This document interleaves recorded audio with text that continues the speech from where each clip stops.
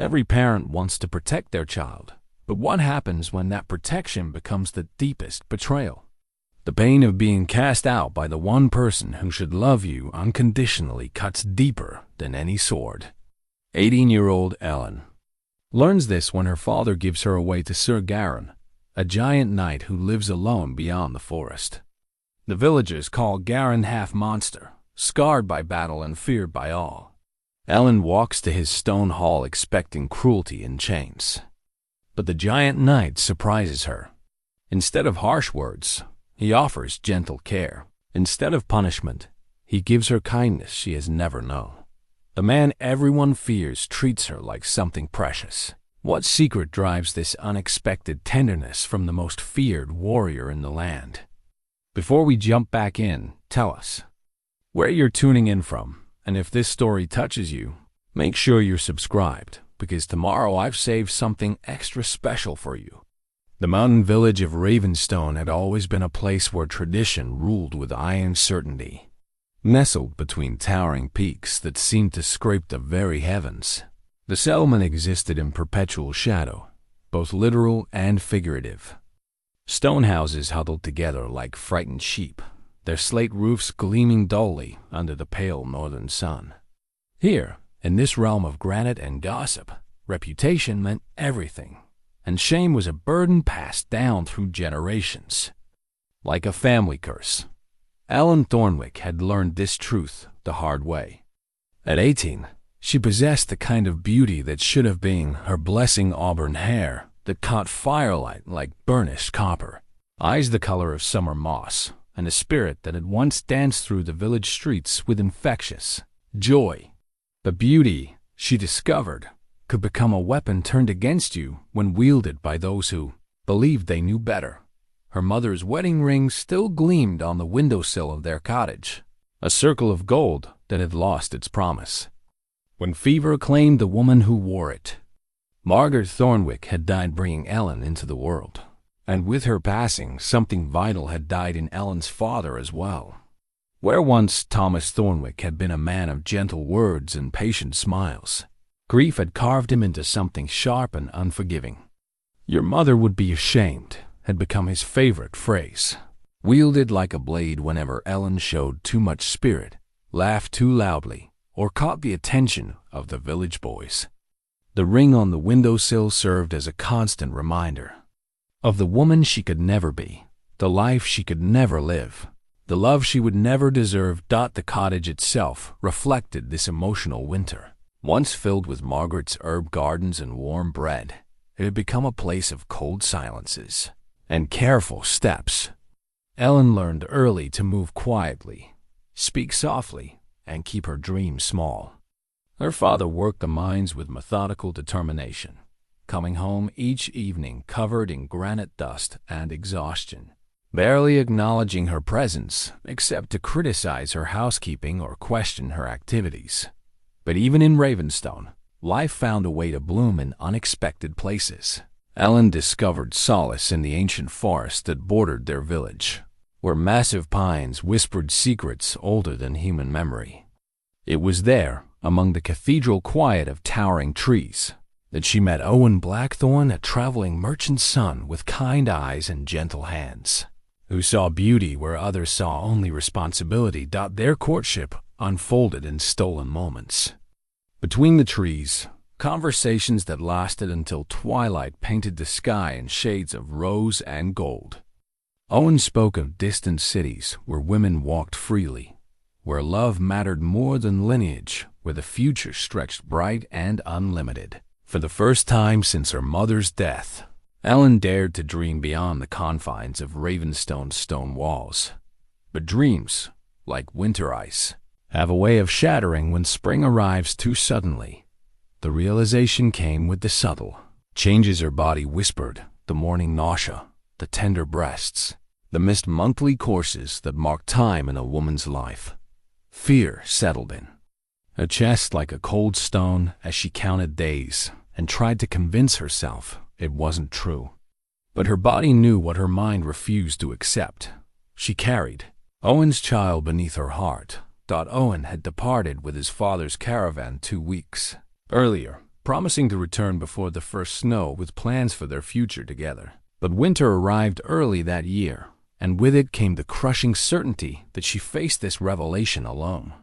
The village gossips, with their sharp eyes and sharper tongues, began to notice the changes before she could hide them. Elder Moira Greystone, the village's self-appointed guardian of moral virtue, cornered Ellyn at the market square on a gray October morning. Her weathered face, mapped with disapproval, studied Ellyn with the intensity of a hawk examining prey. "Child," she said, her voice carrying the authority of someone who had never been contradicted, "there are whispers about you, whispers that bring shame to our community. Tell me these rumors are false." Ellyn's silence spoke louder than any confession. The weight of Elder Greystone's stare, the curious glances of other villagers, the crushing reality of her situation, it all pressed down upon her until she could barely breathe.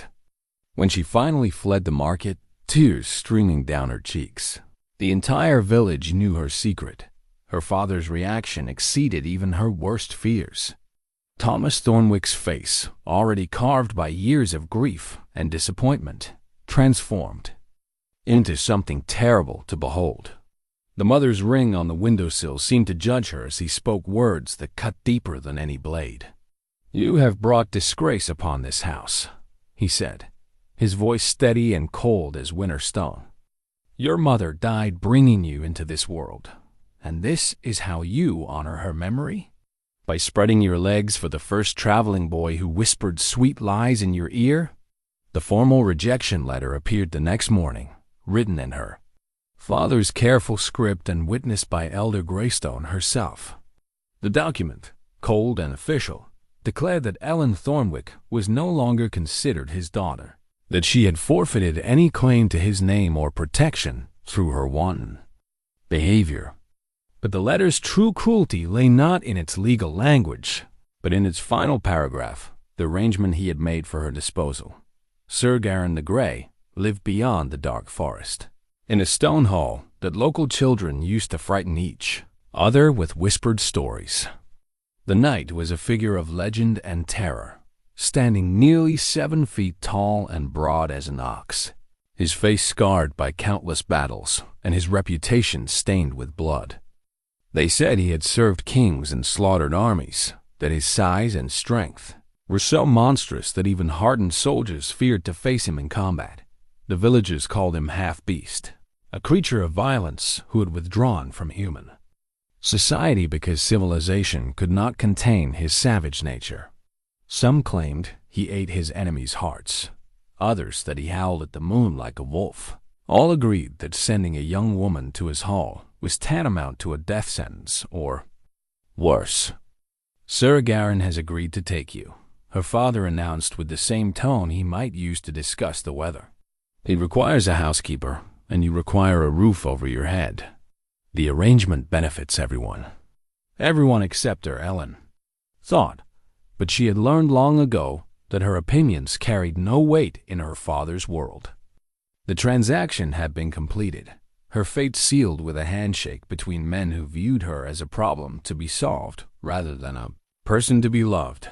The morning of her departure dawned gray and bitter with the first frost of winter painting the grass in crystalline patterns.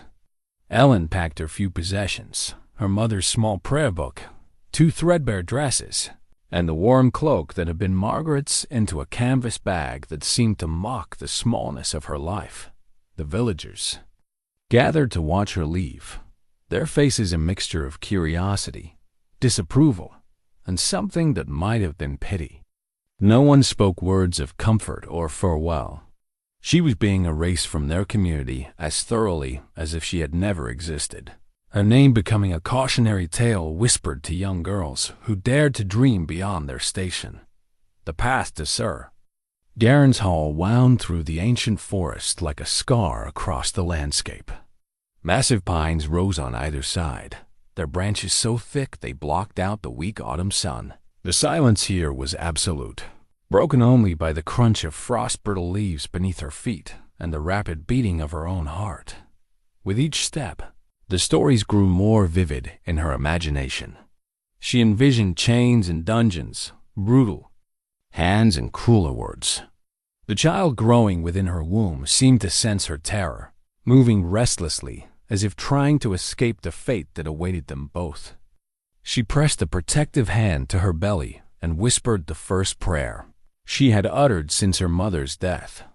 The hall appeared suddenly through a break in the trees, rising from the forest floor like something from a dark fairy tale, built of the same gray stone as the mountains themselves. It seemed to have grown naturally from the earth rather than being constructed by human hands. Tall windows looked out like watchful eyes, and smoke drifted from a massive chimney, the only sign that the place housed living inhabitants rather than ghost dot as she approached the heavy oak doors. Each step felt like walking toward her own execution. The brass knocker, shaped like a wolf's head, seemed to snarl at her with metallic contempt. She raised her trembling hand and struck 3 times, the sound echoing through the hall beyond like the tolling of a funeral bell. Footsteps approached. From within, heavy, measured steps that confirmed every terrible story she had heard about the giant who dwelled here. The door swung open with a groan of ancient hinges, and Ellyn found herself face to face with the most terrifying man she had ever seen. Sir Garran the Grey stood nearly 7 feet tall, his shoulders broad enough to fill the doorway completely. Scars crisscrossed his face like a map of old battles, and his hands, dear God, his hands were large enough to snap her neck with a casual twist. His hair, premature gray despite his relatively young age, hung loose around his shoulders like a warrior's mane, but it was his eyes that stopped her breath entirely. She had expected cruelty, madness, the cold calculation of a predator. Instead, she saw something that seemed impossible in such a fearsome face surprise, and beneath it, something that might have been compassion. "You must be Ellyn," he said, his voice a deep rumble that seemed to come from the very stones of his hall. "I am Sir Garran. Please, come in from the cold." Ellyn stood frozen in the doorway, her mind struggling to reconcile the gentle words with the fearsome figure before her. Every instinct screamed at her to run, to flee back through the dark forest to whatever fate awaited her in the village. But her father's rejection letter crinkled in her trembling hand, a constant reminder that she had nowhere else to go. Sir Garran stepped back, giving her space to enter. His movements, despite his massive size, were careful and deliberate-like. A man who had learned to be conscious of his own strength. The battle-worn cloak draped across his shoulders was patched and mended with care, speaking of a man who valued what he owned rather than discarding it carelessly. The interior of the hall defied every expectation she had harbored during her terrifying walk through the forest. Instead of the dark dungeon she had imagined, warm firelight danced across stone walls hung with simple tapestries. The great hall was sparse but clean, furnished with sturdy wooden tables and chairs that looked handcrafted rather than bought. Herbs hung drying from the rafters, filling the air with the scent of rosemary and thyme, a surprisingly domestic touch that made her chest tighten with unexpected emotion. "You must be cold," Sir Garran said, his voice still that low rumble, but somehow gentler than before. "And hungry as well, I would imagine. The walk through the forest is not an easy one, especially in your condition." Heat flooded Ellyn's cheeks at his acknowledgement of her pregnancy. She had expected shame, condemnation, perhaps crude comments about her moral failings. Instead, his words held only concern, the kind of respectful consideration she hadn't experienced since her mother's death. "I don't understand," she whispered, her voice barely audible in the vast space of the hall. "My father said," he told me, "that you required a housekeeper, that I would work to earn my keep." Something flickered across Sir Garran's scarred features. Was it sadness? Anger? Before she could identify the emotion, it was gone, replaced by that same careful composure. "Your father and I came to an arrangement," he said simply. "But you are not here as a servant, Ellyn. You are here as my guest, for as long as you have need of shelter and safety." The words made no sense. Nothing about this situation aligned with the stories she had heard, the fears that had consumed her during the long walk through the forest. Giants didn't speak of safety. Monsters didn't offer hospitality. Warriors who feasted on the hearts of their enemies didn't hang herb bundles like common housewives. "I don't understand," she repeated, taking an involuntary step backward. "Everyone says they told me you were a monster?" Sir Garran's lips curved in what might have been a smile, though the expression looked rusty, as if he hadn't worn it in years. "I suppose I can see how that reputation developed. I am not a small man, and my profession has required me to do things that might be considered monstrous.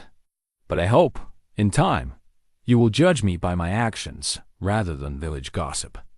He moved to the great fireplace that dominated one wall of the hall, adding another log to the flames with movements that were surprisingly graceful for such a large man. The fire crackled and sparked, sending warm light dancing across the stone walls and illuminating details she had missed in her initial shock. The hall was indeed the home of a warrior. Weapons hung in carefully arranged displays, and armor stood in corners like silent sentinels. But it was also unmistakably the dwelling of someone who valued comfort and beauty. Books lined shelves carved into the stone walls, their leather bindings worn smooth by frequent handling. A loom sat near one of the windows, threads of blue and gold partially woven into what looked like the beginning of a tapestry. "Are you hungry?" Sir Garran asked, turning back to face her. In the firelight, his scars seemed less fearsome somehow, more like the map of a life lived fully rather than marks of violence and cruelty. "I was just preparing the evening meal when you arrived." Ellyn realized she was indeed hungry, ravenously so. The terror of the day had masked her body's needs, but now that the immediate fear was subsiding, she became aware of the gnawing emptiness in her stomach. The baby seemed to approve of this realization, shifting restlessly as if adding its own voice to the request for sustenance. Yes," she admitted reluctantly. "I haven't eaten since this morning." "Then sit, please." Sir Garran gestured toward a chair near the fire, its high back and thick cushions promising comfort she hadn't known in months. "Rest while I finish preparing our meal." The word "our" struck her with unexpected force. When had anyone last included her in such simple domesticity? Her father's meals had been solitary affairs, eaten in silence while he stared at empty air, and she tried to make herself invisible. Here, this giant stranger spoke of sharing food as if it were the most natural thing in the world. She lowered herself into the offered chair, sinking into its unexpected softness with a sigh she couldn't suppress. The warmth from the fire began to penetrate the bone-deep cold that had settled in her during the journey through the forest. For the first time in weeks, her shoulders began to relax from their defensive hunch. Sir Garran moved about the kitchen area with practiced efficiency, stirring a pot that hung over the fire and cutting thick slices from a loaf of bread that looked freshly baked. His movements were economical, but somehow peaceful, the actions of a man comfortable in his own space, accustomed to caring for himself. "The stew should be ready soon," he said, not looking at her as he worked. "I hope you like rabbit. I caught it this morning, and it's been simmering all day with herbs from my garden." "You have a garden?" The question escaped before she could stop it, earning her a glance from those unexpectedly gentle eyes. Behind the hall. "Nothing elaborate, just herbs and vegetables mostly. I find the work peaceful." He paused in his stirring, seeming to consider his words carefully. "I have lived alone for many years, Ellyn. I have learned to provide for myself in all things." The loneliness in his voice was unmistakable, though he tried to hide it behind matter-of-fact words. Ellyn found herself studying his profile as he worked, noting the care with which he prepared the meal, the obvious pride he took in his simple home. This was not the lair of a monster, the dwelling of a man who had built something beautiful in his solitude. When he served the meal, presenting her with a wooden bowl filled with savory stew and a plate of bread still warm from the oven, his hands were steady and sure. But she noticed how he was careful not to brush against her fingers, how he maintained a respectful distance that spoke of ingrained courtesy rather than calculated restraint. The food was delicious, better than anything she had eaten in months. The rabbit was tender, the vegetables perfectly seasoned, the bread rich with butter and herbs. As she ate, she became aware that Sir Garran was watching her with something that looked like satisfaction, as if her enjoyment of the meal brought him genuine pleasure. "It's wonderful," she said softly, and was rewarded with another of those rusty smiles. "I am glad it pleases you.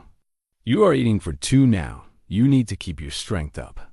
Again, that matter-of-fact acknowledgement of her condition without judgment or shame. Ellyn's throat tightened with an emotion she couldn't name. When had anyone last shown such consideration for her well-being? "Sir Garran," she began hesitantly, "I must ask, why did you agree to my father's arrangement? Surely you have no need for—" She gestured helplessly at herself, uncertain how to finish the sentence. He was quiet for a long moment, staring into the fire with an expression that seemed to hold years of memory and regret. When he finally spoke, his voice was even quieter than usual. "Perhaps because I understand what it feels like to be cast out, Ellyn. To be judged by appearances rather than character. To be alone in the world that seems to have no place for you." He turned to meet her eyes, and she saw a depth of pain there that made her own heart ache in sympathy. "Perhaps because I thought we might be able to help each other." The simple honesty of his words shattered something inside her chest, some wall she had built around her heart to protect herself from further disappointment. Here was a man who spoke of helping rather than using, of understanding rather than condemning. Whatever she had expected to find in this stone hall, it was not this gentle giant who offered kindness without expectation of payment. As the fire crackled and the evening deepened around them, Ellyn began to understand that her father's punishment might have inadvertently become her salvation. Everything she thought she knew about power and strength, about monsters and men, was being turned upside down by this scarred warrior who spoke of loneliness and offered her warmth for the first time since she had discovered her pregnancy. She allowed herself to hope that perhaps, just perhaps, she and her unborn child might find something here that had been missing from her life for far too long: acceptance, safety, and the radical notion that she might actually be worth protecting. First weeks at Sir Garran's hall passed in a careful dance of polite distance and gradual understanding. Ellyn woke each morning in a small chamber that adjoined the main hall, furnished simply but comfortably with a bed that was softer than any she had known, warm woolen blankets, and a window that looked out onto the forest beyond. Each dawn brought the sound of Sir Garran moving quietly about the hall, tending the fire, preparing breakfast, going about the routines of his solitary life with the addition of one careful consideration: her presence. He had given her the chamber without ceremony, simply showing her to the door and mentioning that fresh linens were in the wooden chest at the foot of the bed. The room had clearly been prepared for her arrival, though he never mentioned the work involved. Dried flowers hung in small bundles from the ceiling beams, filling the space with a gentle lavender scent that helped calm her restless sleep. A hand-carved wooden cradle sat in the corner, its smooth lines and careful construction speaking of hours of patient work. The cradle had taken her breath away when she first noticed it. This symbol of hope and acceptance, crafted by hands that could wield a sword with deadly precision but chose instead to prepare for new life, represented everything she had never dared to expect.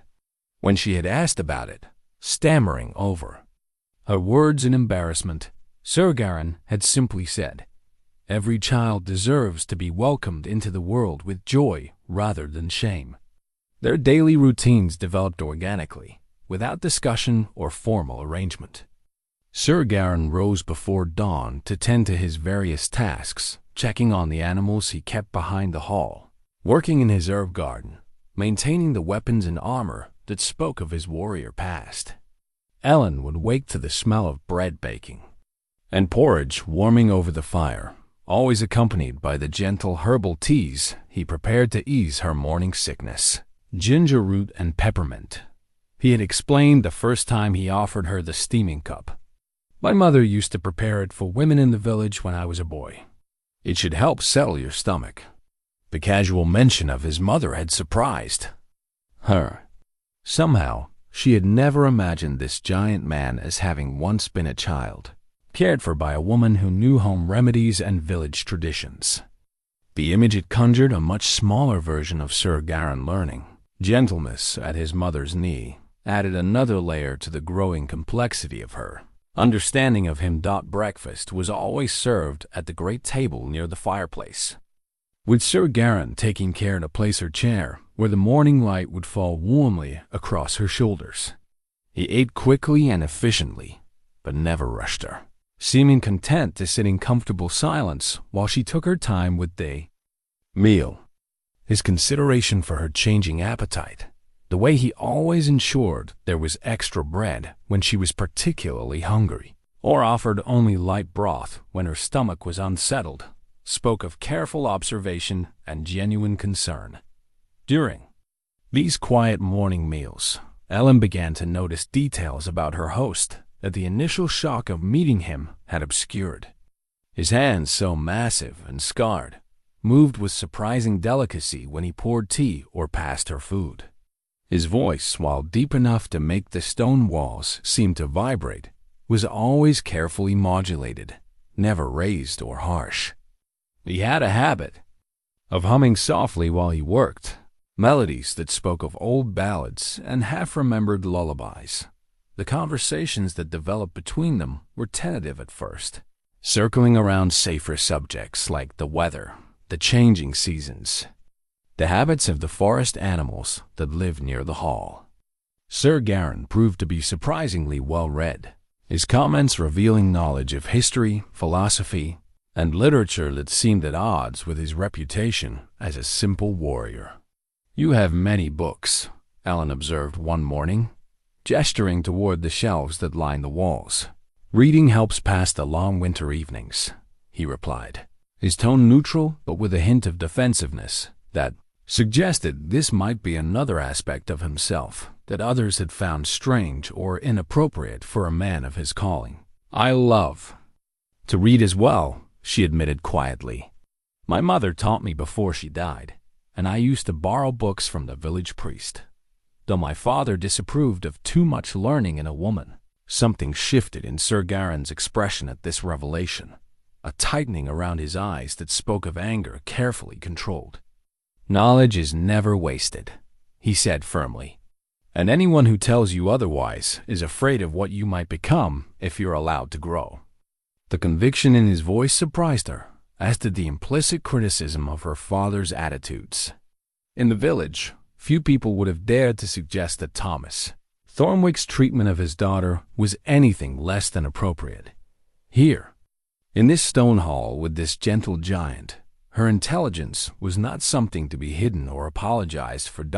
As the days passed, Sir Garran began to share more of his knowledge with her. He showed her which herbs in his garden could help with various ailments, explaining their properties with the careful precision of someone who had needed to be his own physician during long campaigns.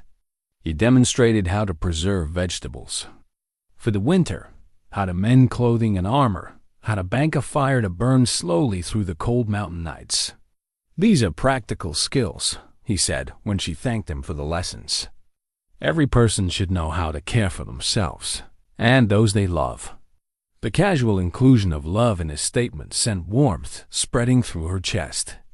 It was the first time anyone had suggested that she might have people to love and care for in her future, rather than simply being a burden to be managed.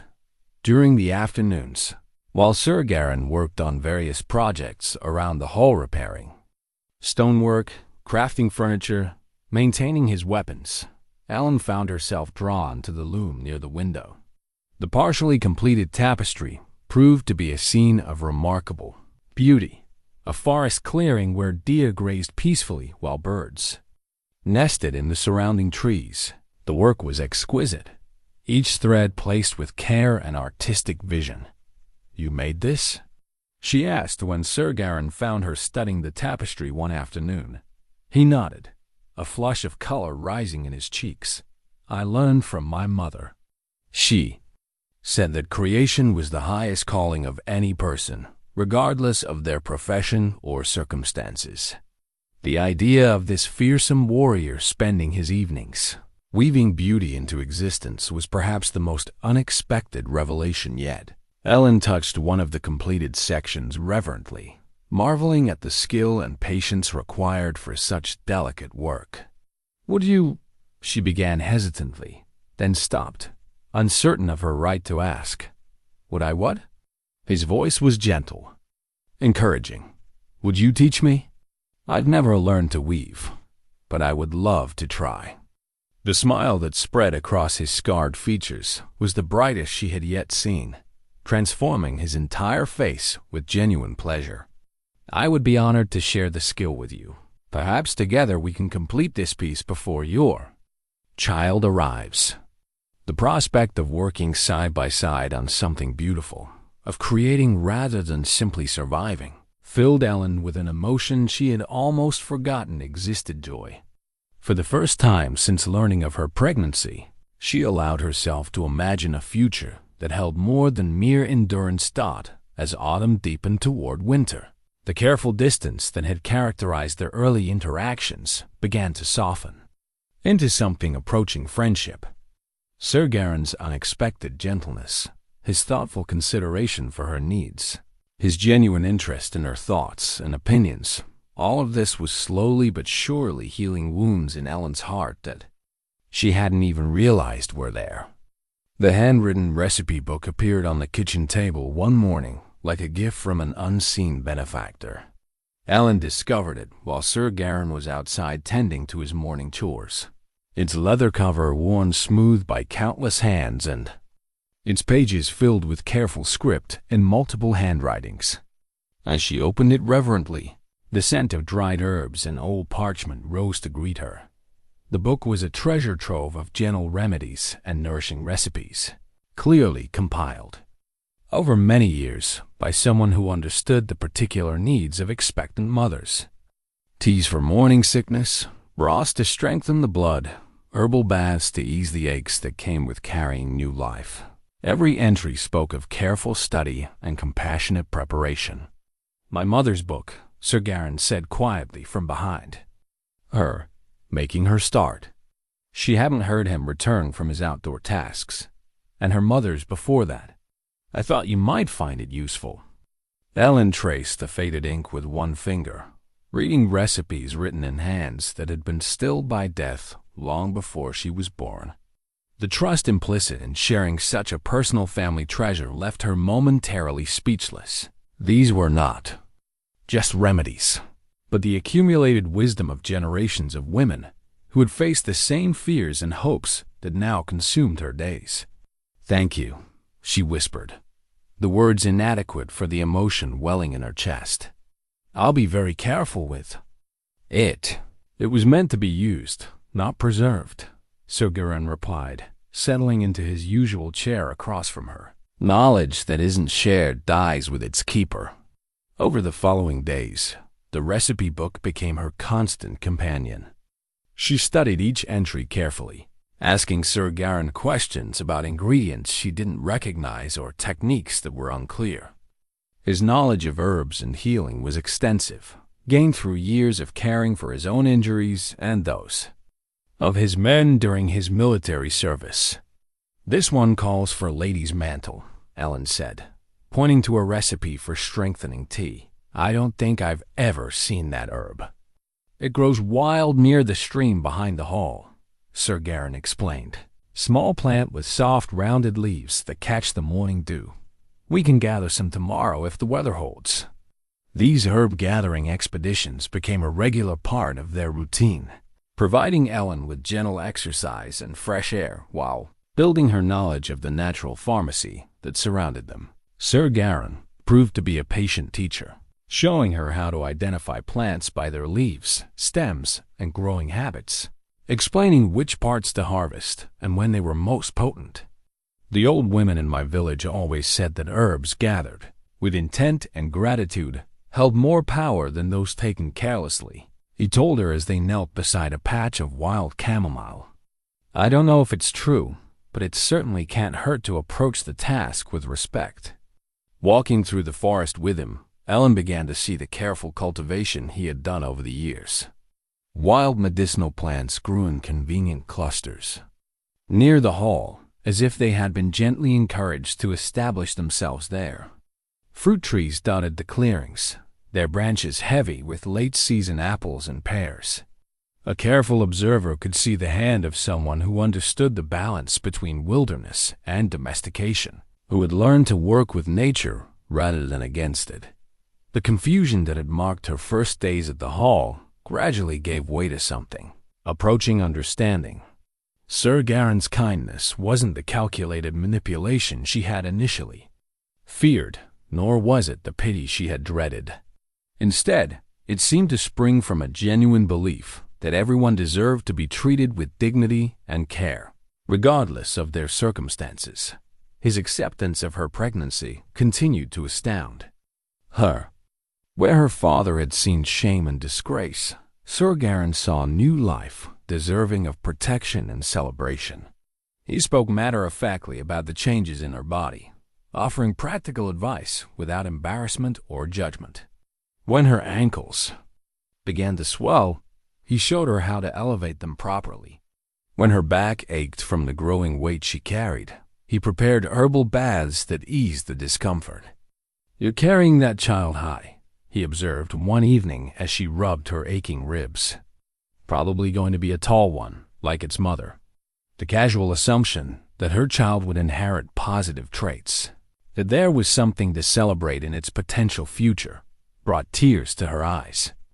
For months, she had lived with her father's predictions of shame and hardship, his insistence that her child would be marked by the circumstances of its conception. Here, Sir Garran spoke of growth and possibility, of a future worth anticipating. There, evening conversations began to extend longer, the comfortable silence that had characterized their early interactions giving way to tentative sharing. Sir Garran proved to be a gifted storyteller, his tales of distant lands and strange customs painting pictures that transported Ellyn far beyond the stone walls of the hall. He spoke of his military service with careful neutrality, focusing on the places he had seen and the people he had met rather than the battles he had fought. "There's a city in the south where the buildings are made entirely of white marble," he told her one night as they sat beside the fire. "The stone catches the light in such a way that the whole place seems to glow like a pearl. And the markets, you've never seen such colors and scents. Spices from lands so distant their names are like music." "You must miss it," Ellyn said softly. "The traveling, the adventure." Sir Garran was quiet for a long moment, staring into the dancing flames. "I thought I would," he admitted finally. "But I've found that peace has its own rewards. There's satisfaction in building something lasting, rather than simply passing through." The loneliness in his voice was becoming more apparent as she learned to read the subtle signs of his moods. This man who could have commanded armies and conquered kingdoms had chosen instead to tend a garden and weave tapestries in solitude. The choice spoke of either great wisdom or great weariness, possibly both. As October faded into November, Ellyn's body began to show the unmistakable signs of her advancing pregnancy. Her dresses, already let out as much as possible, could barely accommodate her expanding waist. She had resigned herself to wearing Sir Garran's smallest shirt over her chemise when she came downstairs one morning to find a package wrapped in brown paper sitting beside her breakfast plate. Inside were 3 dresses, clearly made for a woman in her condition, crafted from soft wool in shades of blue and green that complemented her coloring. The stitching was exquisite, each seam perfectly finished, each detail considered with care. Hidden in the folds of one dress was a note written in Sir Garran's careful script. Every woman deserves to feel beautiful, especially when she carries new life. The kindness of the gesture, the thought and effort it represented, overwhelmed her completely. She sank into her chair and wept not from sadness or fear, but from the shocking realization that for the first time in her life, someone was caring for her without condition or expectation of repayment. When Sir Garran found her crying over the dresses, his first instinct was clearly panic. "Are they wrong?" he asked urgently, his voice tight with concern. "I tried to estimate the measurements, but I'm not experienced with. They're perfect." Ellyn managed through her tears. "They're absolutely perfect. No one has ever." She struggled to find words that could encompass the magnitude of what his gesture meant to her.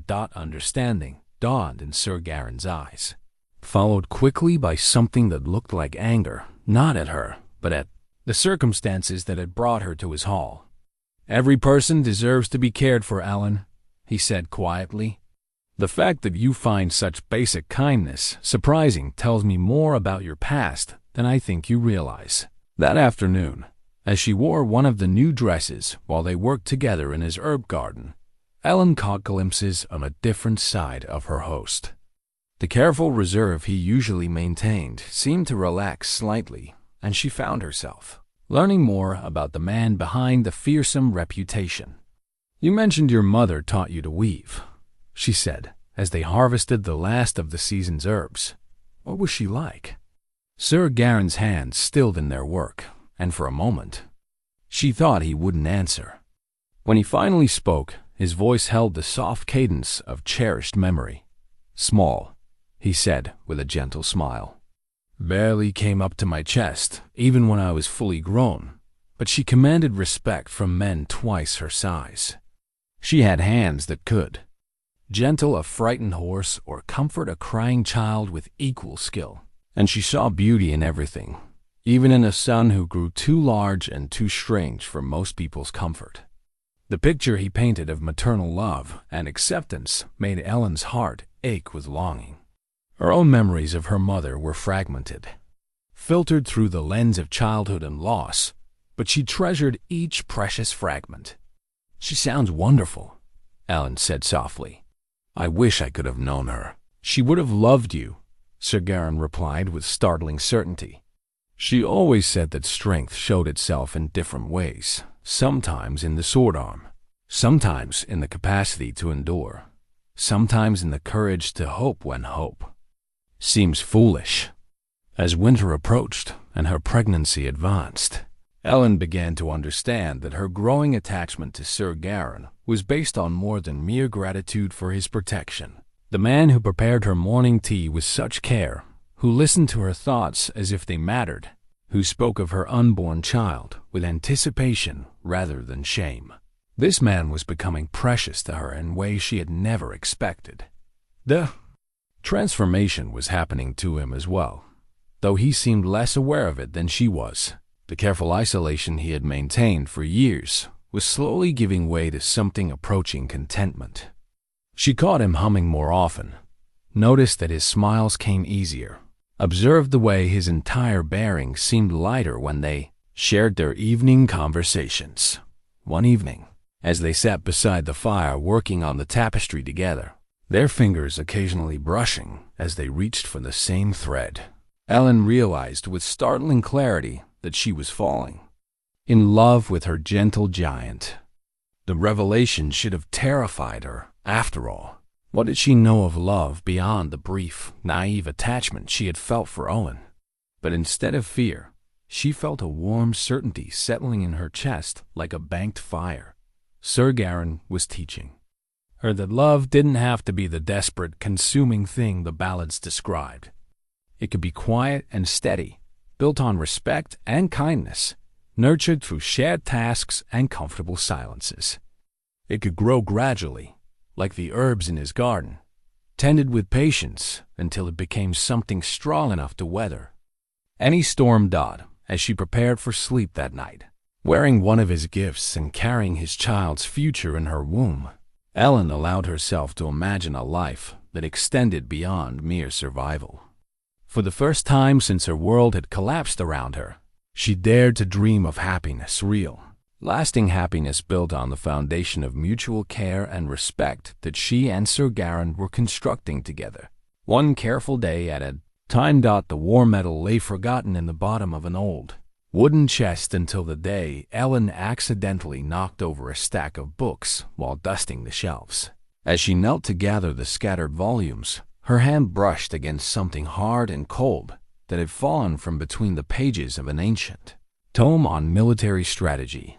The metal was tarnished with age, its bronze surface green with verdigris, but the inscription was still legible. For valor beyond the call of duty, Sir Garran of House Grey, Battle of Thornfield Pass.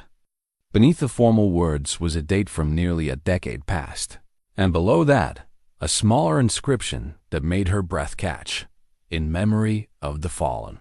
You shouldn't be cleaning so vigorously in your condition. Sir Garran's voice came from behind her, gentle but concerned. Let me help you with those books. Ellyn looked up at him, the medal still clutched in her palm. I found this, she said quietly, holding it out to him. It fell from one of your books. Something shifted in Sir Garran's expression when he saw what she held, a tightening around his eyes, a tension in his massive shoulders that spoke of old pain carefully controlled. He took the medal from her with movements that were almost reverent, his scarred fingers tracing the worn inscription. I had forgotten it was there, he said, though his tone suggested otherwise. Old reminders have a way of hiding themselves until you're least prepared to face them. You were decorated for valor, Ellyn observed, settling back onto her heels despite his concerns about her condition. This is quite an honor, isn't it? Sir Garran's laugh held no humor whatsoever. Honor, he repeated, the word bitter on his tongue. They give medals for the strangest things, Ellyn. Sometimes I think they use them to help the living forget what the dying sacrificed. The pain in his voice was so raw that Ellyn felt tears prick at her eyes. Without thinking, she reached out and placed her hand over his, feeling the tremor that ran through his massive frame at her touch. What happened at Thornfield Pass? She asked gently. For a long moment, she thought he wouldn't answer. He stared down at the medal as if it held secrets that could destroy him, his jaw working silently. When he finally spoke, his voice was barely above a whisper.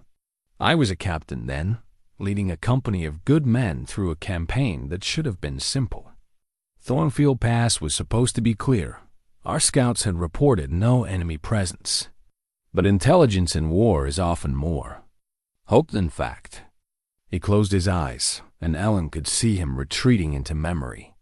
We were ambushed 3 days into the march, caught in a narrow valley with cliffs on both sides and nowhere to run. How many men were with you? Ellyn asked softly. 47 when we entered the pass. His voice became even quieter. 12 when we left it. The mathematics of loss hit Ellyn like a physical blow. 35 men dead, and this gentle giant who prepared her morning tea and wove tapestries by firelight had somehow survived to carry their memory. The medal says you showed valor beyond the call of duty, she said carefully. What did you do? Sir Garran opened his eyes and looked at her directly, and she saw in his gaze the weight of choices that had shaped him into the man he had become. I held the rear guard while the survivors escaped, alone, for 6 hours. The simple statement contained multitudes of horror that Ellyn's imagination could barely encompass. One man, even one as large and skilled as Sir Garran, standing against overwhelming odds while his remaining soldiers fled to safety. The scars that crisscrossed his face and hands suddenly made terrible sense. You saved 12 lives, she said, her voice fierce with conviction. That's not something to be ashamed of. I failed to save 35, he replied, his tone flat and final. The medal feels like mockery when you're the one who led them into the trap in the first place. Now she understood the isolation he had chosen, the careful distance he maintained from human connection. Sir Garran wasn't hiding from society because he was a monster. He was hiding because he believed himself to be a failure, carrying the weight of dead men's names like stones in his chest. "Is that why you live alone?" she asked. "Because you blame yourself for their deaths?" "Partly." He set the metal down on the table between them with careful precision. "After the battle, I found I had little taste for the things that had once given my life meaning. Command, combat, the camaraderie of military life. It all felt hollow after watching good men die for a cause I could no longer remember clearly. So you came here." "I came here to be useful without causing harm, to tend my garden and live quietly, and try to forget the sound of dying men calling for their mothers." His voice cracked slightly on the last words, revealing the depth of trauma he carried. Ellyn struggled to her feet, her pregnant belly making the movement awkward, but she was determined to close the physical distance between them. When she was standing before his chair, she reached out and cupped his scarred face in both her hands, forcing him to meet her eyes. "Listen to me, Garran," she said, using his name without the formal title for the first time. "Those men followed you because they trusted you. They knew the risks of soldiering when they took their oaths. You didn't send them to die. You tried to bring them home, and you succeeded in saving 12 lives that would have been lost without your sacrifice." "Ellyn, no, let me finish." Her voice was steady despite the tears streaming down her cheeks. "You spent years punishing yourself for surviving when others didn't. But what would those dead men think if they could see you now? Would they want you to waste a life they helped preserve? Or would they want you to live fully, to find joy and love and purpose in the years their sacrifice made possible?" Sir Garran's composure finally cracked, and she watched 10 years of carefully controlled grief pour out of him in silent sobs that shook his massive frame. She held his face in her hands and let him mourn, understanding finally why her presence in his hall had been a gift to him as much as a sanctuary for her. They were both outcasts, both carrying shame that wasn't truly theirs to bear, both healing from wounds that had nothing to do with the bodies they inhabited, and everything to do with the cruel judgments of a world that demanded perfection from imperfect people. When his tears finally subsided, Sir Garran looked up at her with eyes that seemed clearer than she had ever seen them. "How did you become so wise?" he asked softly. "I learned from watching someone who shows me every day what real strength looks like," she replied. "It's not about the size of your sword arm or the number of enemies you can defeat. It's about the courage to be kind when the world has been cruel to you. It's about choosing to protect and nurture life even when you've seen too much death." In that moment, surrounded by scattered books and holding the face of a man who had saved her in more ways than he could ever know, Ellyn realized that love could indeed grow in the most unexpected places. Not the desperate, consuming passion of ballads, but something deeper and more enduring, a recognition of shared humanity, mutual respect, and the radical decision to care for someone else's heart as carefully as your own. The village gossip. Letters began arriving with the first heavy snows of winter, delivered by travelers brave enough to venture through the increasingly treacherous forest paths. These missives, penned by various hands, but all bearing the unmistakable tone of Ravenstone's self-appointed moral guardians, painted a picture of a community divided against itself in ways that would have been unthinkable just months before. Elder Moira Greystone's spidery handwriting dominated the first letter, her words dripping with righteous indignation. "The arrangement you have made with Thomas Thornwick's wayward daughter has become a source of scandal and speculation that threatens the moral foundation of our community. There are whispers that she lives in luxury while decent women struggle, that her shameful condition is being rewarded rather than corrected. I feel it is my Christian duty to inform you that such arrangements set a dangerous precedent for other young women who might be tempted to follow her example. Sir Garran read this particular letter aloud to Ellyn over their morning meal, his voice growing steadily darker with each sanctimonious phrase.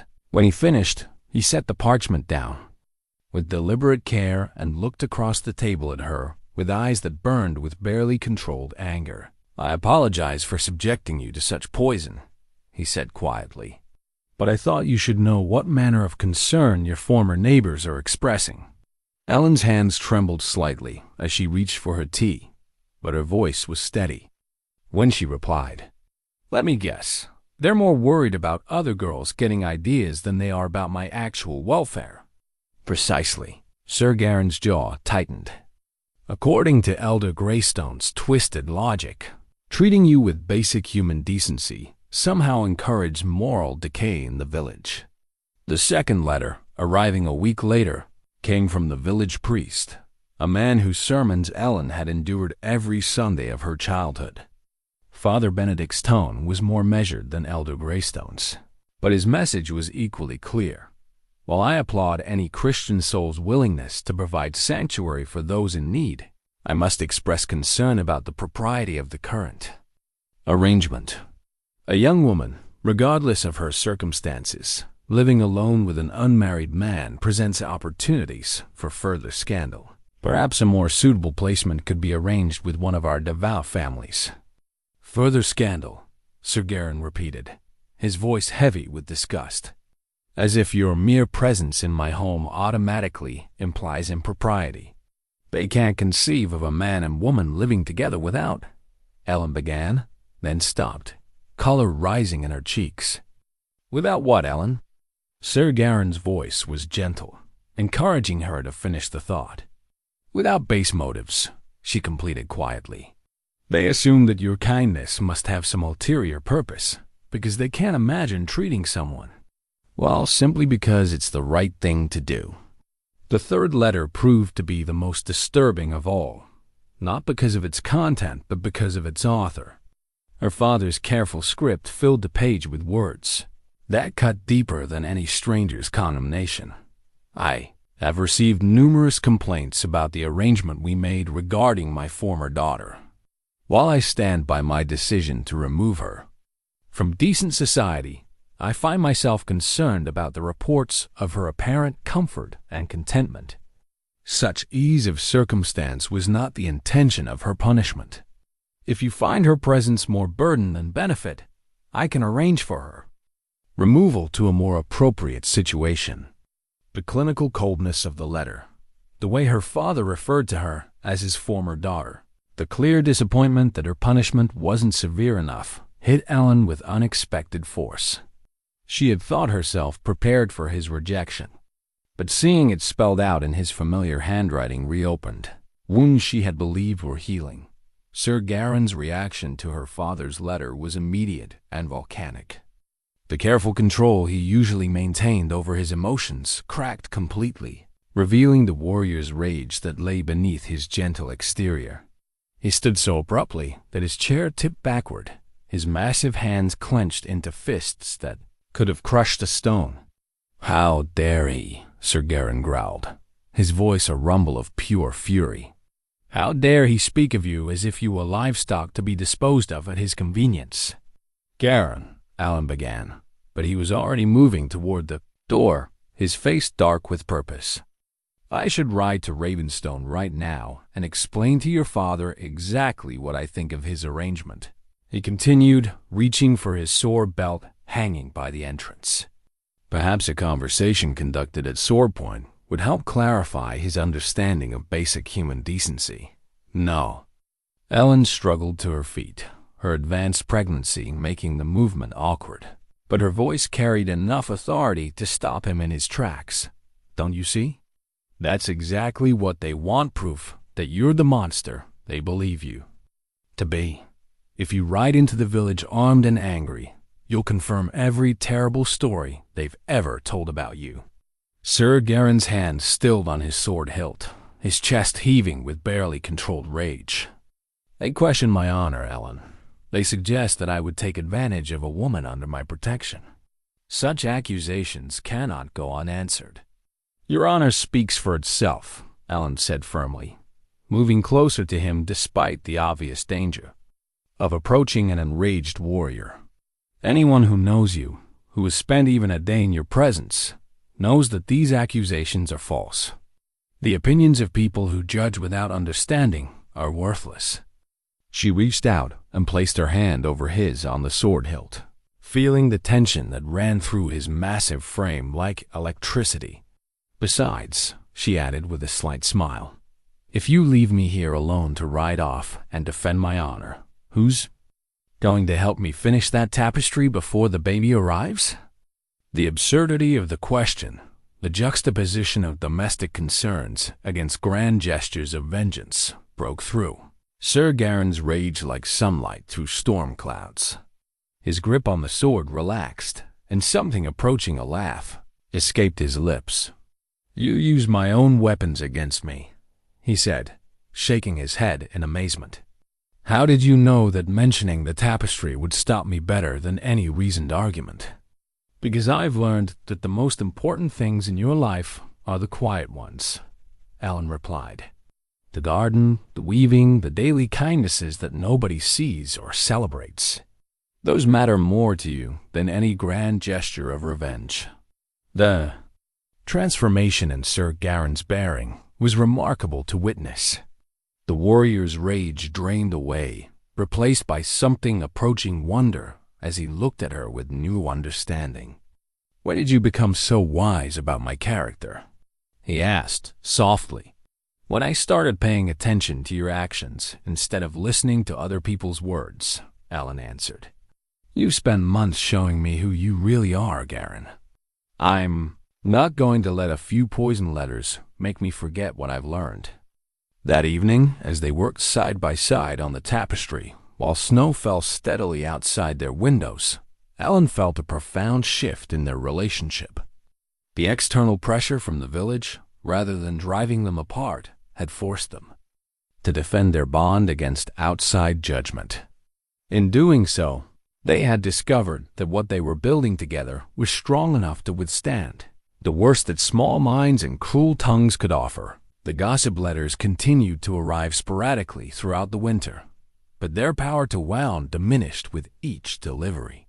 Sir Garran and Ellyn had found something more valuable than the approval of people who judged without understanding. They had found each other, and that was proving to be foundation enough for whatever future they chose to build. The child's toy soldier was hidden so carefully that Ellyn might never have found it if she hadn't been searching for extra blankets in the depths of winter storage. Tucked away in the bottom of an ancient oak chest, wrapped in soft cloth like a precious relic, the wooden figure was carved with exquisite detail despite its small size. Every button on the tiny uniform was perfectly rendered, every line of the miniature face crafted with loving precision. But it was the inscription burned into the soldier's base that made Ellyn's blood turn to ice. "For my brave boy Marcus. From Papa. May you always come home safe." The toy soldier tumbled from her nerveless fingers, clattering onto the stone floor with a sound that seemed to echo through the hall like an accusation. Ellyn stared at the tiny figure, her mind racing to understand the implications of what she had discovered. Sir Garran had a child, or had once had a child, a son named Marcus, who played with wooden soldiers and waited for his father to come home from war. "What are you doing in there?" Sir Garran's voice came from behind her, accompanied by the heavy footsteps that had become as familiar as her own heartbeat. Ellyn turned slowly, the toy soldier clutched in her trembling hand. Sir Garran's expression when he saw what she held was unlike anything she had witnessed before, not anger or embarrassment, but a pain so profound it seemed to hollow him out from within. "Where did you find that?" he asked quietly, his voice stripped of all its usual warmth.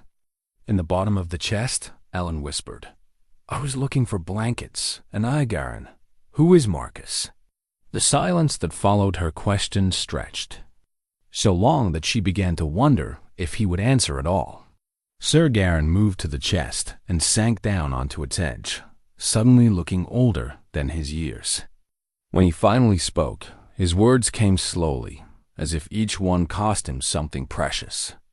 Marcus was my son, he said simply.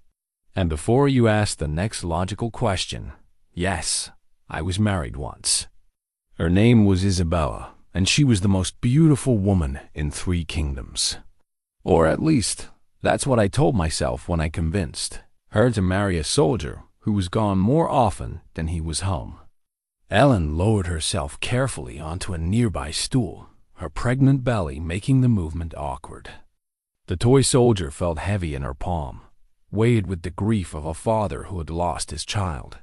What happened to them? She asked, gently. Sir Garran's scarred hands clenched and unclenched in his lap, as if he were fighting an invisible enemy. The winter fever, he said finally. It swept through the capital while I was away on campaign. Isabella tried to get word to me, but by the time her letters reached me, it was already too late. I rode home as fast as I could, but I arrived to find 2 fresh graves in the cemetery and an empty house that still smelled like the herbs she used to burn to ward off sickness. The image his words painted was so heartbreaking that Ellyn felt tears begin to stream down her cheeks. She could picture him, this gentle giant, racing home through winter storms, only to find that death had claimed his family while he was off fighting someone else's war. How old was Marcus? She managed to ask. 5. The single word fell between them like a stone dropped into still water. He would have been 15 now, if he had lived.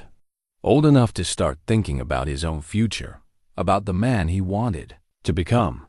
Ellyn looked down at the toy soldier in her palm, trying to imagine the small hands that had once held it, the childish voice that had created grand adventures for the wooden warrior.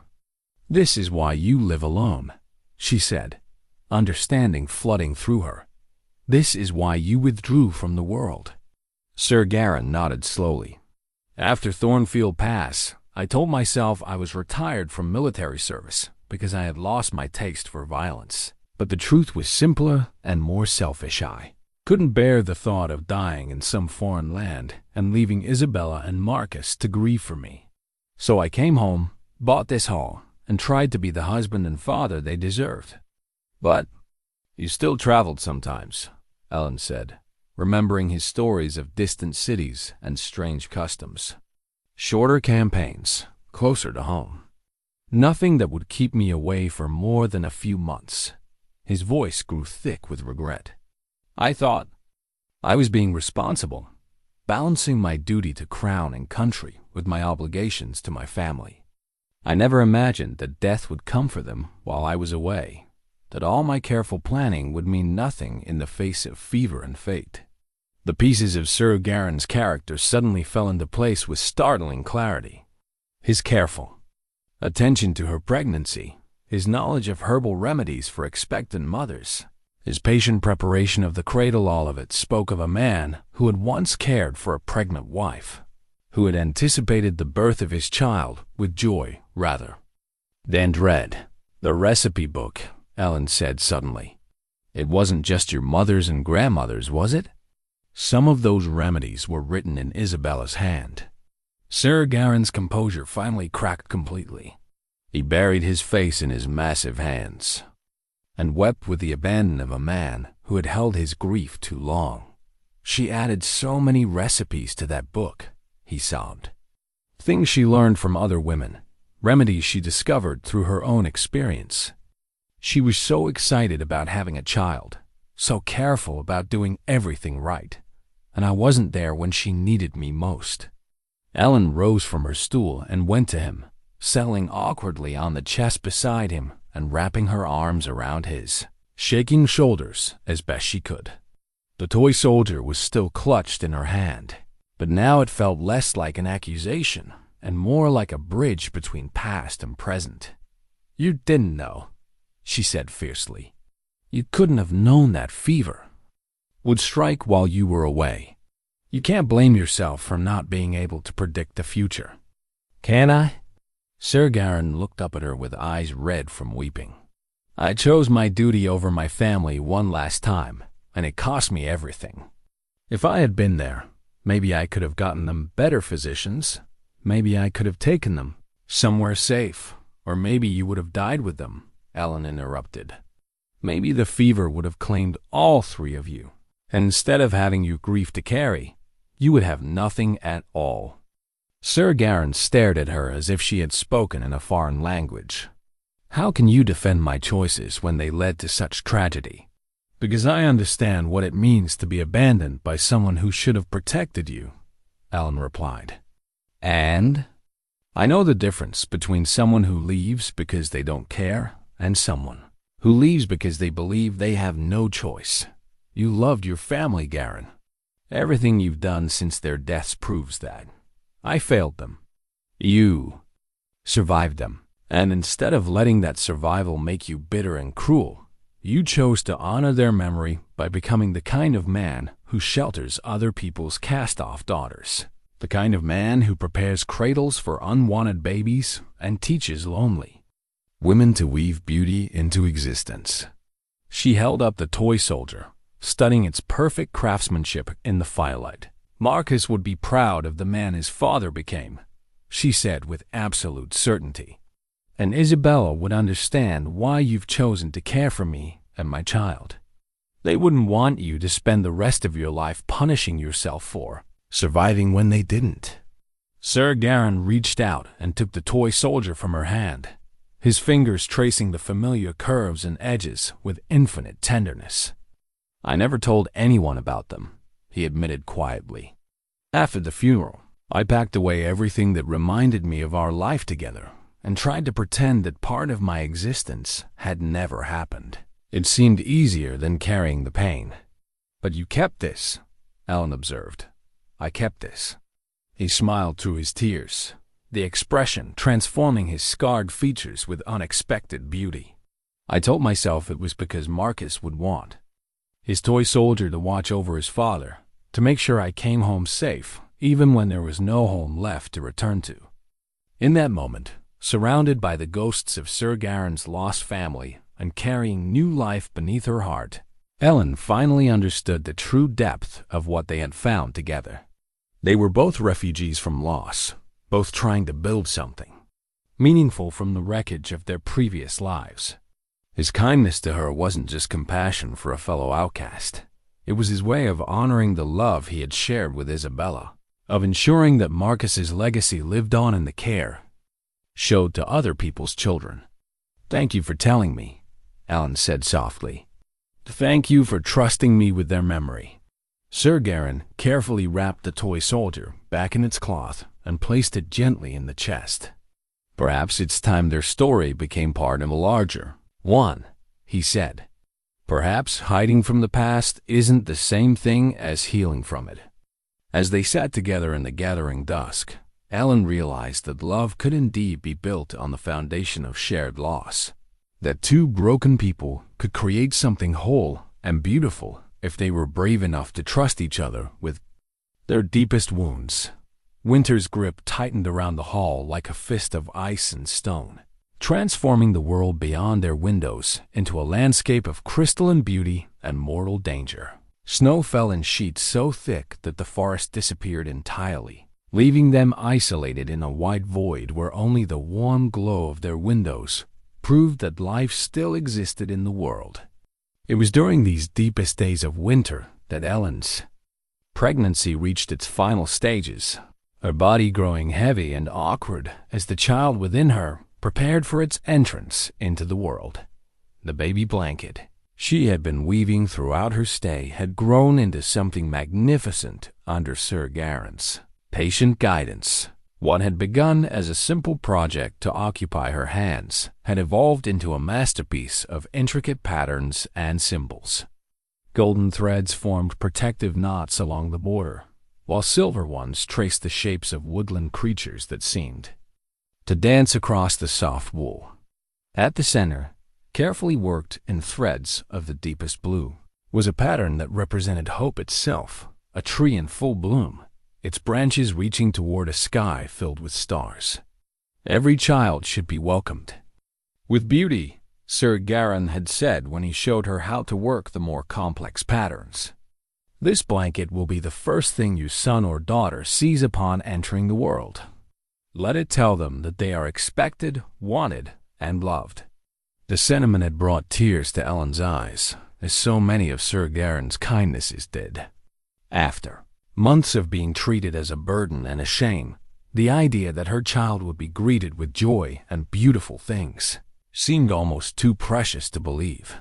But as her body prepared for birth, the outside world seemed determined to intrude upon their peaceful sanctuary. The gossip letters had escalated in both frequency and venom, with Elder Greystone now organizing what she called concerned citizens to petition for Ellyn's removal from Sir Garran's protection. The letters spoke of moral corruption spreading through the village like a plague, of young women refusing to accept their father's marriage arrangements because they had heard rumors of Ellyn's comfortable circumstances. 3 girls have now rejected perfectly suitable husbands. One particularly hysterical missive proclaimed, "They speak of wanting to find true love and gentle treatment, as if such fairy tale nonsense should take precedence over duty and family honor."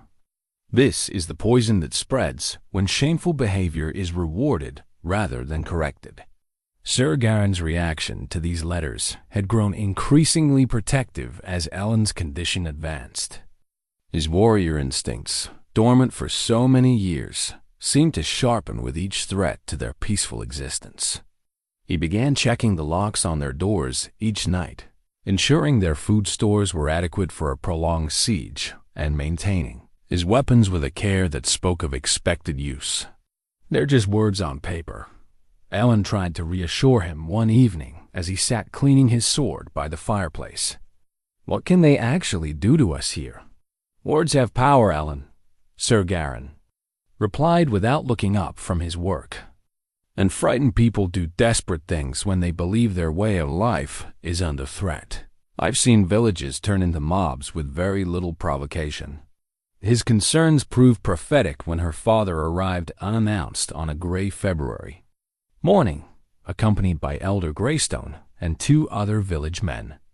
Ellyn watched from their window as the party struggled through the deep snow toward their door, their faces grim with purpose and righteous determination. "He's come to take you back," Sir Garran said quietly, moving to stand beside her at the window. "Your father and his companions, they mean to end this arrangement before your child is born." The knock, when it came, was sharp and authoritative, the sound of people who expected immediate compliance with their demands. Sir Garran answered the door with Ellyn standing slightly behind him, close enough to hear every word, but positioned so that his massive frame could protect her if necessary.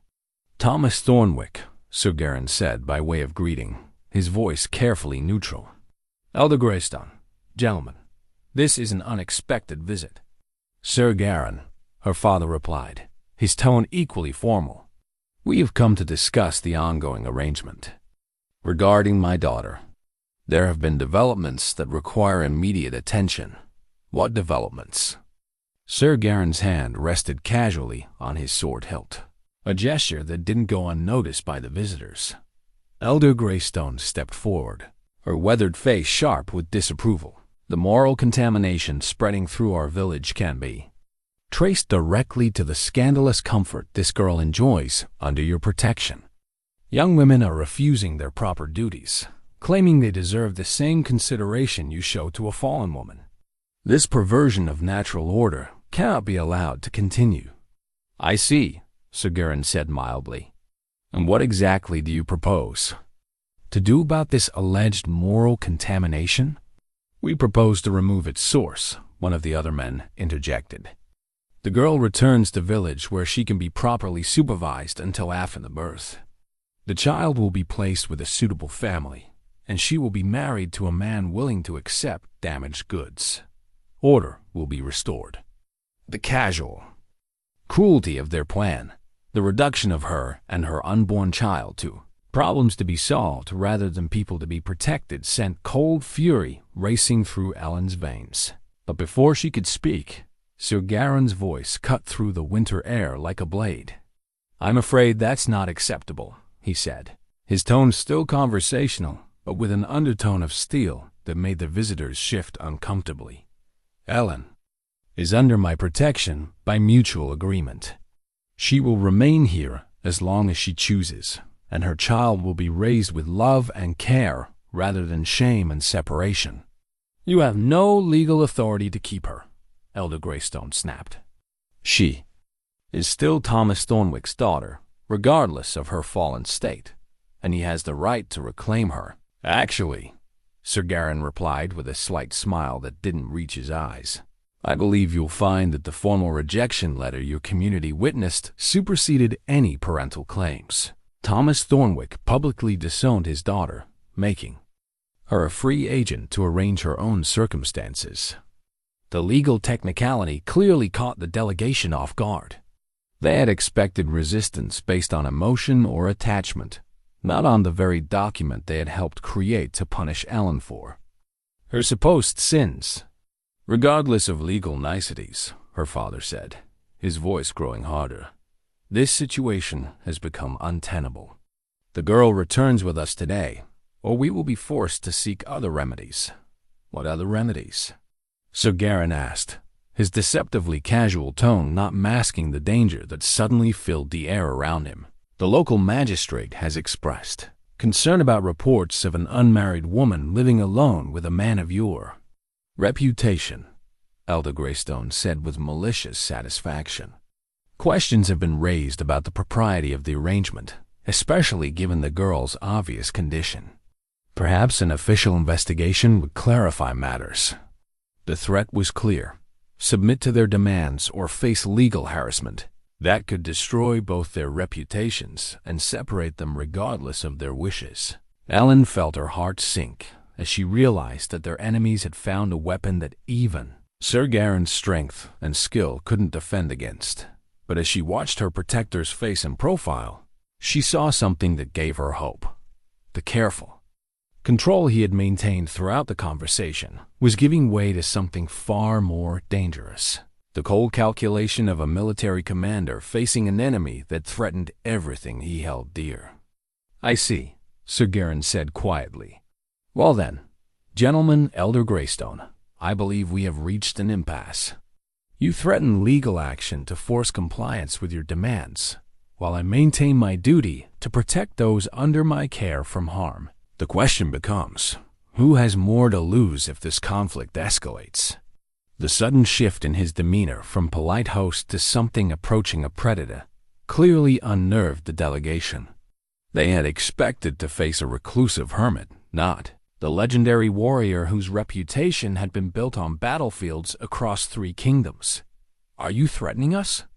One of the men asked, his voice cracking slightly. I'm simply observing that investigations have a way of revealing unexpected information, Sir Garran replied. For instance, how might a magistrate react to learning that village elders attempted to force a pregnant woman to travel through dangerous winter conditions against her will? Or that they sought to separate a mother from her unborn child for the crime of seeking protection from those who should have provided it? As the confrontation escalated outside their door, Ellyn felt the first sharp pain lance through her lower back. At first, she dismissed it as a reaction to the stress of the situation. But when a second, stronger contraction gripped her several minutes later, she realized with mounting alarm that her body had chosen this moment of crisis to begin the process of bringing new life into the world. The timing could not have been worse, or perhaps, she thought with grim humor, it was exactly the resolution that fate had been building toward all along. The birthing stones had been arranged in Sir Garran's chamber weeks before, following traditions older than Christianity itself. Smooth river rocks, heated by the fire, positioned to provide warmth and comfort during the most difficult hours of labor. He had learned the practice from his mother, who had served as midwife to half the women in their village before his birth. Now, as another sharp contraction seized Ellyn's body, she found herself grateful for the ancient wisdom that had prepared this sacred space. The confrontation at their door had ended abruptly when Ellyn's sharp cry of pain cut through the winter air like a blade. The delegation from Ravenstone found themselves faced with a pregnant woman in active labor and a giant knight whose protective instincts had shifted into something primal and dangerous. Even Elder Greystone's righteous indignation wilted in the face of immediate human need. "Get out," Sir Garran had said quietly, his voice carrying the authority of someone accustomed to being obeyed without question. "All of you, now." But the matter of her father had begun to protest. "The matter of your daughter giving birth to your grandchild takes precedence over your petty politics." Sir Garran had cut him off. "Leave. We will address your concerns when the child is safely delivered and the mother has recovered." The dismissal had been absolute, brooking no argument. The delegation had retreated through the snow like the cowards they were, abandoning their demands in the face of life's most fundamental process. Now, hours later, as the storm outside reached its full fury, Ellyn lay surrounded by the birthing stones, while Sir Garran tended to her with the calm efficiency of someone who had faced crisis many times before. His massive hands, so capable of dealing death in battle, proved equally skilled at providing comfort and care during the most vulnerable moments of her life. "Breathe through it," he murmured, as another contraction gripped her body. "Don't fight. The pain, let it do its work. Your body knows what it needs to do." The herbal tea he had prepared according to his mother's recipes helped ease the worst of the agony, while the heated stones provided warmth that penetrated deep into her bones. But it was his presence, steady, unshakable, completely devoted to her well-being, that gave her the strength to continue through each wave of pain. "I can't," she gasped during a particularly difficult contraction that seemed to go on forever. "It's too much. I'm not strong enough."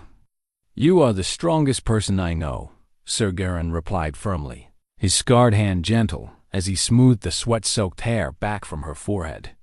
"You survived your father's rejection, walked alone through a dark forest to an uncertain fate, and built a new life from nothing but courage and determination.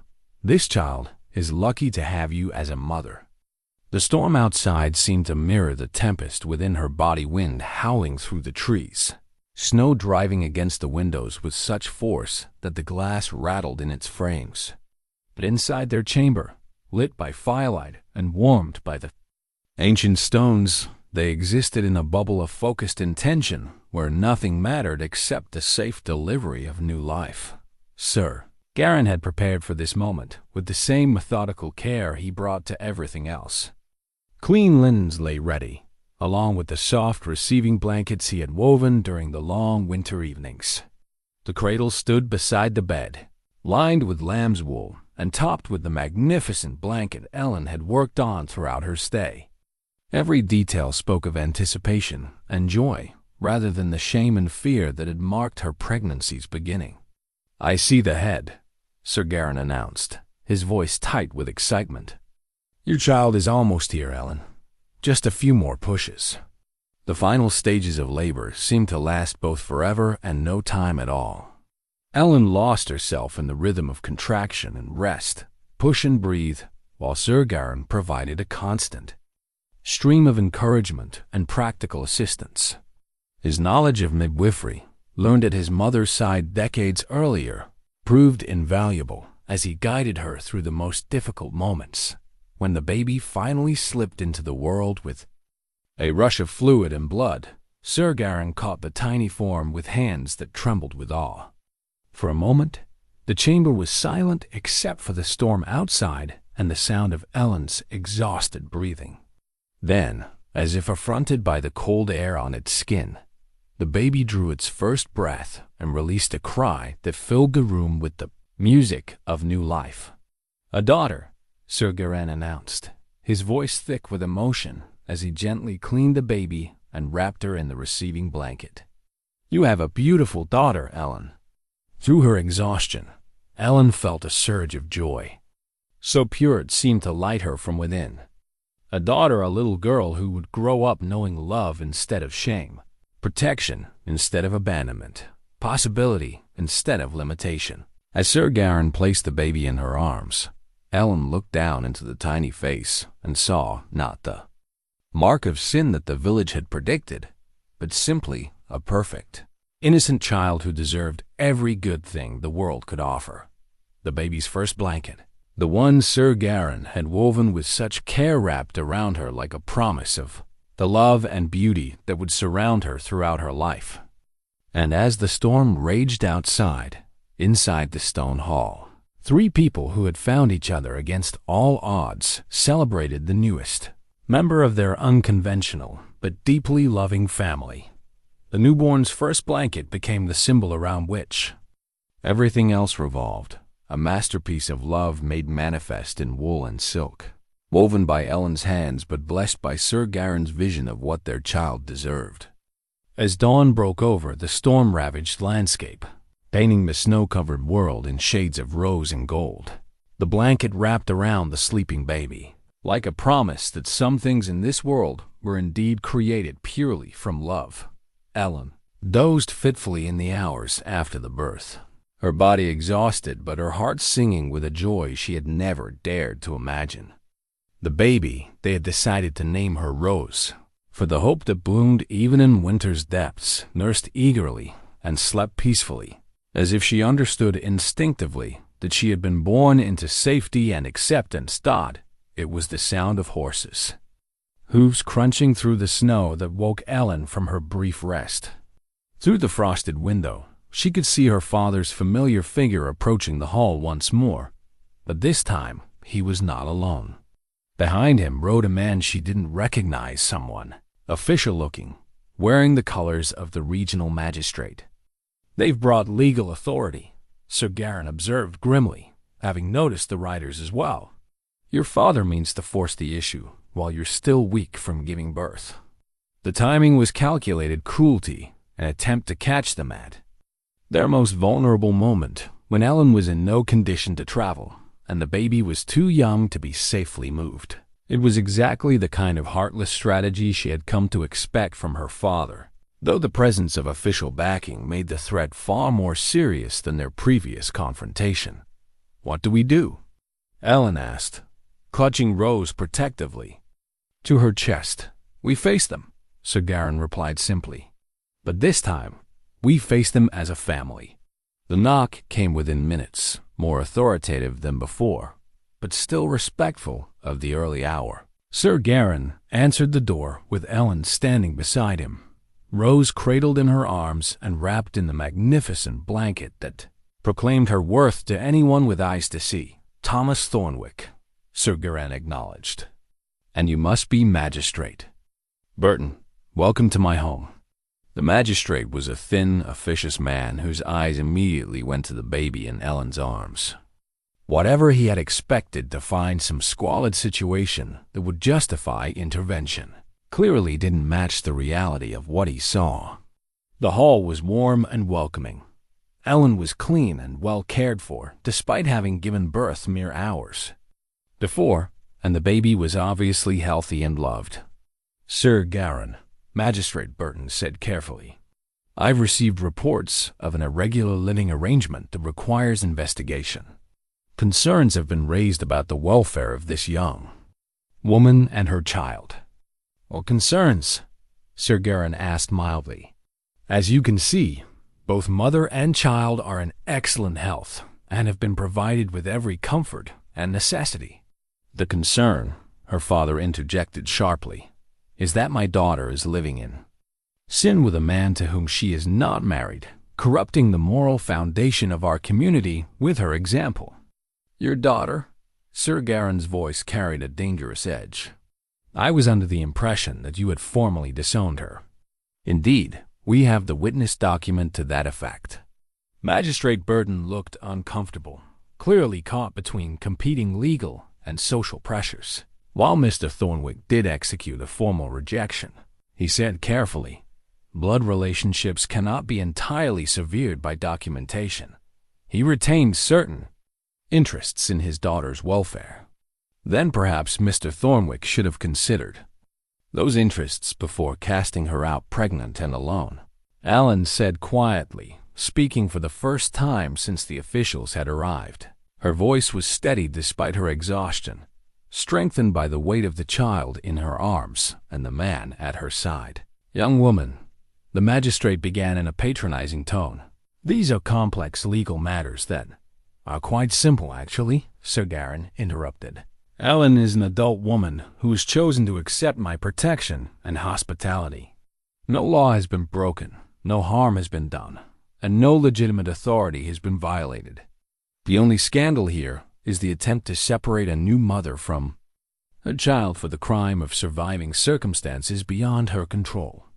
"Nevertheless," her father pressed, "the situation remains inappropriate. I am prepared to offer a solution that addresses all concerns.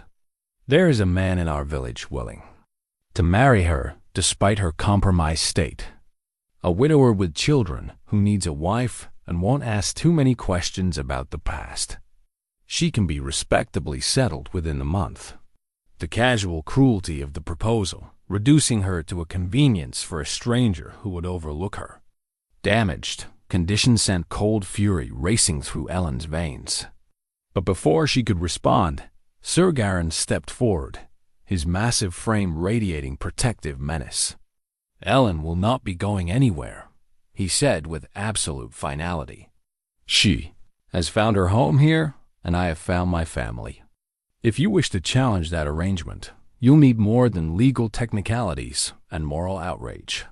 "What are you saying?" Magistrate Burton asked, clearly sensing that the situation was about to shift in ways he hadn't anticipated. Sir Garran turned to Ellyn, his scarred face soft with love and determination. "I'm saying that if Ellyn will have me, she won't be living in sin much longer." He took her free hand in both of his massive ones, his voice gentle but carrying to every corner of the hall. "Ellyn Thornwick, will you do me the honor of becoming my wife? Will you let me be father to Rose and protector to you both for all the days of my life?" The proposal, delivered in front of their enemies and sanctified by the presence of their newborn daughter, was the final piece falling into place in a puzzle that had been assembling itself since the day she first walked through his door. Looking up into Sir Garran's eyes, Ellyn saw not just love, but the promise of a life built on mutual respect, shared purpose, and the radical notion that family could be chosen rather than imposed. "Yes," she said simply, her voice carrying the weight of absolute certainty. "Yes, with all my heart." The magistrate cleared his throat uncomfortably. "Well then," he said, clearly recognizing that his legal authority had just been neatly circumvented. "I suppose congratulations are in order. When shall we schedule the ceremony?" Spring arrived that year with unusual gentleness, as if the world itself wanted to celebrate the new family that had emerged from winter's harsh trials. The snow melted slowly, revealing a landscape transformed by months of careful tending. Sir Garran's garden, which Ellyn had helped plan during the long evenings before Rose's birth, burst into bloom with an abundance that seemed miraculous after the barren months of cold dod. The family portrait carved in wood had taken Sir Garran weeks to complete. Working by firelight during the quiet hours when both Ellyn and Rose slept peacefully, the carving showed the three of them in perfect detail. Ellyn, seated with Rose in her arms, Sir Garran standing protectively behind them, his massive hand resting gently on Ellyn's shoulder. The artwork captured not just their physical forms, but something deeper, the sense of belonging that had grown between them like a living thing, nurtured by daily kindnesses and deepened by shared purpose. The wedding ceremony, when it finally took place in late March, was a small affair conducted by Father Benedict in the hall itself rather than in the village church. The priest's initial reluctance had given way to genuine warmth when he met Rose and saw the obvious love and care that surrounded her. Even the most traditional religious authority could hardly argue against the sanctity of a union that had produced such obvious happiness and stability. Elder Greystone and her supporters stayed away from the ceremony, but enough villagers attended to make it clear the public opinion was shifting. The young women who had begun questioning arranged marriages, inspired by Ellyn's example of choosing love over obligation, came with their families to witness what happiness could look like when people were free to follow their hearts.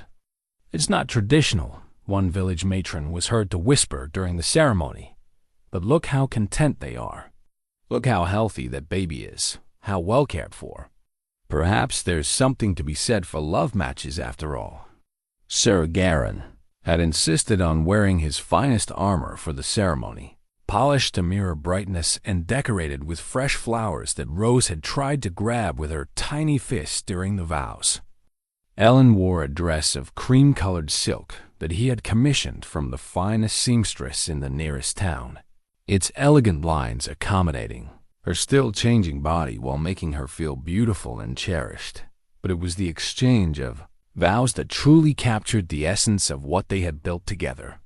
Rather than the traditional words prescribed by church doctrine, they had written their own promises, simple, honest statements that reflected the reality of their relationship. "I promise to see you clearly," Sir Garran had said, his deep voice steady and sure. "Not as the world wants to define you, but as you truly are. I promise to protect not just your safety, but your dreams, your hopes, and your right to choose your own path. I promise to be worthy of the trust you have placed in me." Ellyn's response was equally heartfelt. "I promise to see past your scars to the gentle heart beneath. I promise to build our home with you, not just as a shelter from the world, but as a place where love can grow and flourish. I promise to choose you every day for all the days of our lives." Rose, as if understanding the significance of the moment, had remained perfectly quiet throughout the ceremony, her dark eyes so like Sir Garran's watching the proceedings with solemn attention. The months that followed their marriage passed in a haze of domestic contentment that neither Ellyn nor Sir Garran had dared to hope for. Rose grew with the vigorous health of a child surrounded by love, reaching each milestone with the confidence of someone who had never known neglect or abandonment. Her first smile was for Sir Garran, her first word was "Papa," and her first steps were taken across the garden path toward the herbs that Ellyn was tending. The village's attitude toward their family continued to evolve throughout that first year. What had begun as scandalous gossip gradually transformed into grudging respect, then genuine admiration. Sir Garran's reputation as a fierce warrior gave way to recognition of him as a devoted husband and father. Young couples began seeking his advice on building stable relationships, while expectant mothers came to Ellyn for the herbal remedies and gentle wisdom she had learned from his family's recipe book. Even Ellyn's father eventually came to terms with the reality of her new life. His visit in late autumn, ostensibly to check on his granddaughter's welfare, lasted 3 days and ended with tears of regret and a halting apology for the pain he had caused. Rose's innocent affection for the grandfather she barely knew seemed to soften his heart in ways that years of argument never could have accomplished. "She has your mother's eyes," he told Ellyn as he prepared to leave, his voice thick with emotion he had kept buried for too long. "Margaret would have been proud of the woman you've become and the family you've built." The acknowledgement, coming so late but offered with genuine feeling, completed a circle of healing that Ellyn hadn't even realized she needed. Forgiveness, she learned, could be a gift as much to the giver as to the receiver. As winter approached once again, bringing with it the anniversary of Ellyn's arrival at the hall, she found herself reflecting on the miraculous transformation that a single year had wrought. The frightened, ashamed girl who had walked through the dark forest expecting cruelty had become a confident woman surrounded by love and purpose.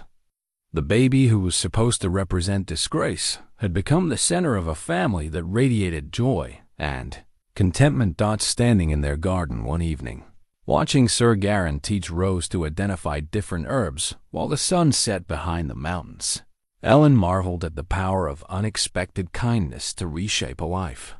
Her father's punishment had indeed become her salvation, but not in any way he could have foreseen.